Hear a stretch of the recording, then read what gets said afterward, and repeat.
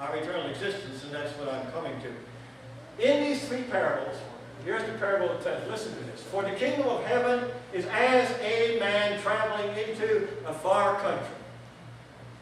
Okay, second one, push it up a little bit, parable of the vineyard.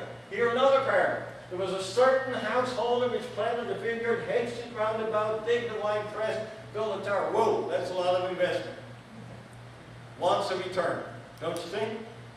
I think somebody wants a return out of this, whatever this is, right? Big time. And let out the husband and went into a far, this is a little bit better, a far country for a long time. So now here we got both of them. We got time and space, right? And the parable of the lost son. And he said a certain man had two sons. Father, give me, the goods will befall me. And in so many days after the young man gathered all together, took his journey into a far country. Now, the interesting thing about the parables is sometimes it's the father or the owner going from the trip, and sometimes it's the son going on the trip. And what I love about these parables is you're so easily deceived by them. You can so easily say, yeah, I know what that's about. This is the journey of a sinner leaving God's house in rebellion, going to a bad place and doing all the bad stuff, and finally realizing how bad stuff this is. Oh God, I want to go back home, and he gets forgiven, and he goes back home, and Jesus makes him way home. But still, you're so easily deceived because that's how you felt about yourself. And it was okay. It was purposely given that way so you could interpret it whatever you needed to do. If that's what you needed, that's what you could get out of the parable. But all the time, the hidden truth is still there. The hidden truth in these parables is always hidden. And here's one thing about the journey. It's pretty clear that God can't go on a journey. Where would he go? Yeah. I've been here. Always deja vu. There ain't no place that you can go that you're not already there. Oh, I make my bed. Down right there. When I go into the boom in the morning, whither can I go where you're not? Because you are all things. Yes. Right? There is no place that I can go that you're not already there. You're the light that's ever been. You're the light of every light that's ever been. Everything that's known is known in Him. All things are seen in Him. All things exist in Him. How beautiful that is. So, clearly, if God can't go on a journey, then why does it say that He went on a journey? Because you are that journey. You are the journey of God. You are the way that God goes on a journey. And sometimes He shows you to be His son, and sometimes He shows you to be you, but it doesn't make any difference. There's only one guy going on the journey, that's you. You went on the journey, and you went into the time-space dimension to find Him. You went into the time-space realm. You created with Him, in the eternal worlds. We created the time-space realm so we could experience the journey. Yes.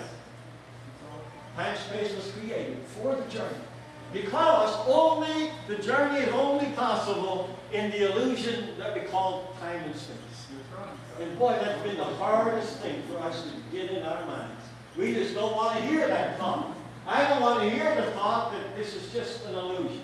Because it's not true. It's not just an illusion. It's a magnificent, powerful, intended, desired illusion and delusion. It's the plan. It's what God wanted. And guess how He wanted it? Exactly like it is. That's what I like. Yeah. God, that's why He said, He didn't say, He looked at the whole thing now. He just didn't look at a couple of people eating off a tree, or snakes, or didn't. No, He looked at the whole thing. Right from the downcast, He looked at the whole thing, and He said, hey, this is really good. But the problem was, God doesn't know about bad. So clearly he didn't mean this is good in the way that we use it. What he said was, wow, this is exactly what I wanted. Well, so the next time, when it gets really, really bad, just go back. Go back, it's still. You know how you go back? It's really easy.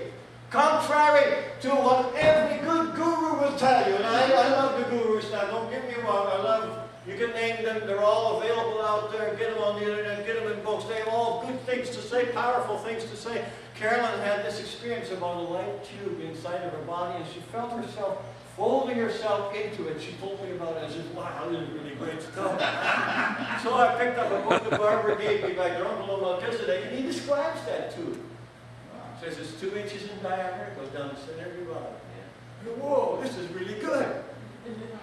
This is really good, but I forgot that I didn't read it in the book. I got it from Karen. And then I read it in the book. There's somebody around here that's leading and teaching me and bringing me into wholeness. Yes. Something's happening when something really good is happening to us.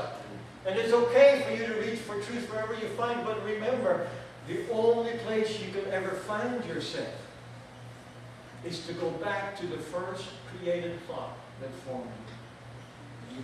You can't find yourself in no matter how wonderful the book is. Doesn't mean that the books don't serve. Don't teach people against the scriptures. Don't do it. Like I like the way Lynn does it. He said, can't do it with this. But then he can't do it, the next thing he's quoting you. Right? He's not just quoting it in English, he goes right back to the original version and says it in Hebrew. Right? That's his real attitude about Scripture. Right? You're never going to get anywhere by diminishing anybody or anything. No, that's not the way. But I want to say this. I want to say this, that your being came in its essence and its substance, came out of the mind thought of God Himself. And there is a residual deposit waiting there for you to reconnect with, so that out of the synchronicity of you and that mind thought that still exists in the Father mind, out of the reconnection of those two will come the reality of who you are, the remembrance of your true being. Yes. And guess what? And this is the great news of the gospel. The good news for us is, the good news for me is, you can do this. Yeah. I can tell you how I learned that phrase. Let me tell you how I learned that phrase. Is it okay? Oh, what can we do, right? It's just part of it. See? Our first meeting. There she is, right there. Oh, she's gonna, oh, Dad, don't do this, Dad. Well, what can I say? We're all blank pages. We're used to it. She came, and we just felt by God that we should have a home birth. I don't recommend it. Go to a hospital, find a doctor. So Beverly, she's here, sitting there. Let Beverly right in over there, sitting with her. She had a house. We were in Minnesota. She said, "I'm going to have it in my house."